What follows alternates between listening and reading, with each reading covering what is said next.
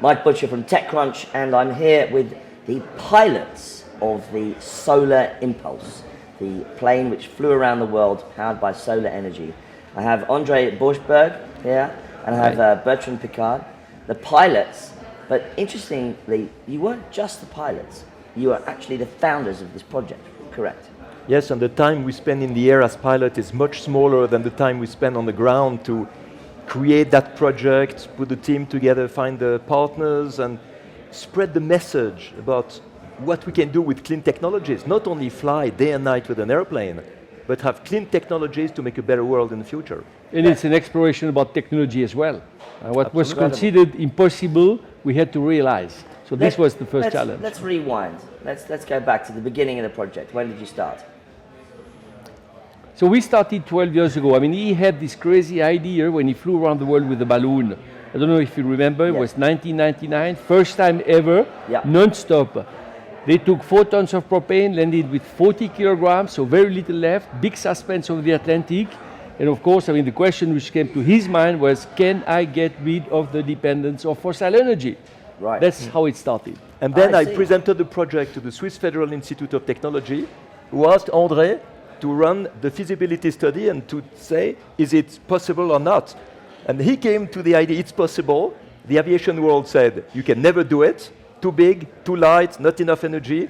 And here we are, it works. The interesting is that you're really pushing the boundaries of the technology. It reminds me actually, if you will, of Formula One, in the way that Formula One pushes the boundaries of car technology, automotive technology, right at the extremes of experience. And that's what you did. Do you feel that the impact of the Solar Impulse, the plane flying around the world powered entirely by solar energy, do you think that will have a lasting effect? It will not change the world of aviation tomorrow, and this is not our goal with André. But what it does is that it starts to change the mindset of the people when they think about energy. They see that we can be much more energy efficient. They see that we can do better without fuel than with fuel. You know, it's interesting what you said about pushing the limits of technology, because on one side that's true, but on the other side it's also pushing our own limits. You know what the aviation thinks it's not possible means that you have to use other technologies, but maybe also another mindset, another way of approaching the problem. So it's as much a human question as a technological question. Give us a little insight for our viewers and what it's like to live in a plane for a year, you know, to go around the world. How do you do it? I mean, how do you physically do it? You want to explain that? So the longest flight I did was, we knew the challenge was the flight over the Pacific Ocean from Japan to Hawaii, 5 days, 5 nights, non-stop, alone, and we still have one pilot on board. That's the time of the Wright brothers, of Charles Lindbergh. He was alone as well. Now that's the Pioneer States. Yeah, do you go slightly crazy or? Longest flight ever, because the longest flight with any airplane was 3 days up to now, so we could make it 5 thanks to renewable energies. Because we collect energy every day, and every day we can start the cycle again, so we could fly theoretically a week, a month, 6 months. The limit is in ourselves, in fact. So actually you're limited by the human body. Exactly. But you know, there is only one pilot at the time. This is why we have to change, but we never feel alone. Because actually we have cameras on board. We are streaming live on our website, solarimpulse.com. So although we're alone in the cockpit, we know there are millions of people who are following, and they have the same impression. They see what we see, they can feel what we feel, they understand why we do it. So we get all this support, and I tell you, it brings a lot of energy for the pilots. Then we have a lot of interactions. We do hangouts with different people, with different groups, with the schools, with the universities. So this part, because as we will see afterwards, why we do this project, this part is extremely important as well. So you never feel quite alone because of new technology, because you can live stream to the planet, you can do Google Hangouts from, you know, miles up in the air. That's incredible, isn't it? That's a real sort of, it gives you a real connection with the audience, with your followers. It gives the connection, it gives the experience that we can share with the people, but it also allows us to explain why we do it. You know, it's of course an inspiration for adventure, for innovation, for exploration. tell people that they can do more and better than what they think.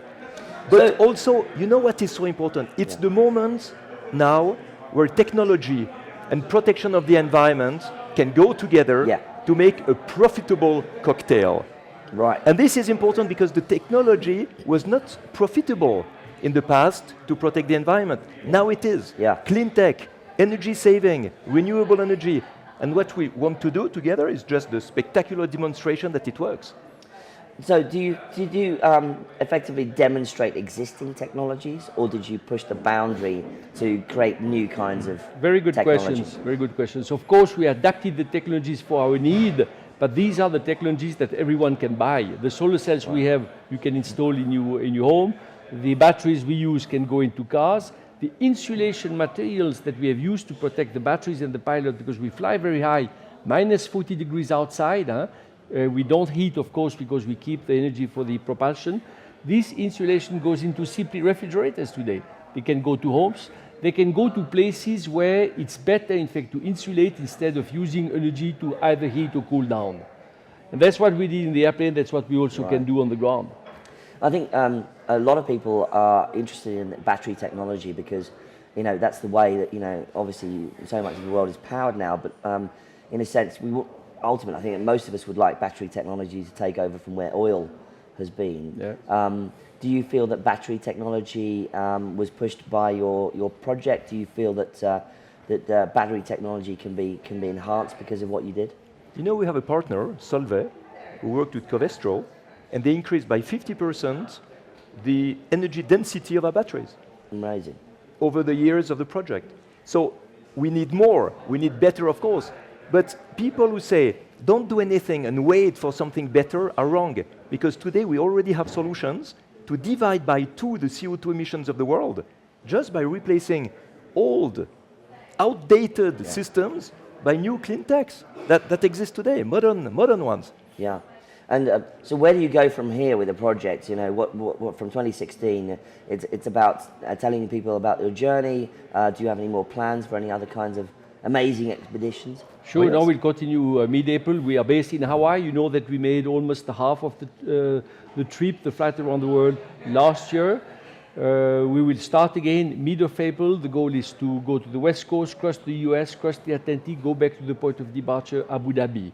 Each time we fly, each time we broadcast live from the cockpit. We can have interactions.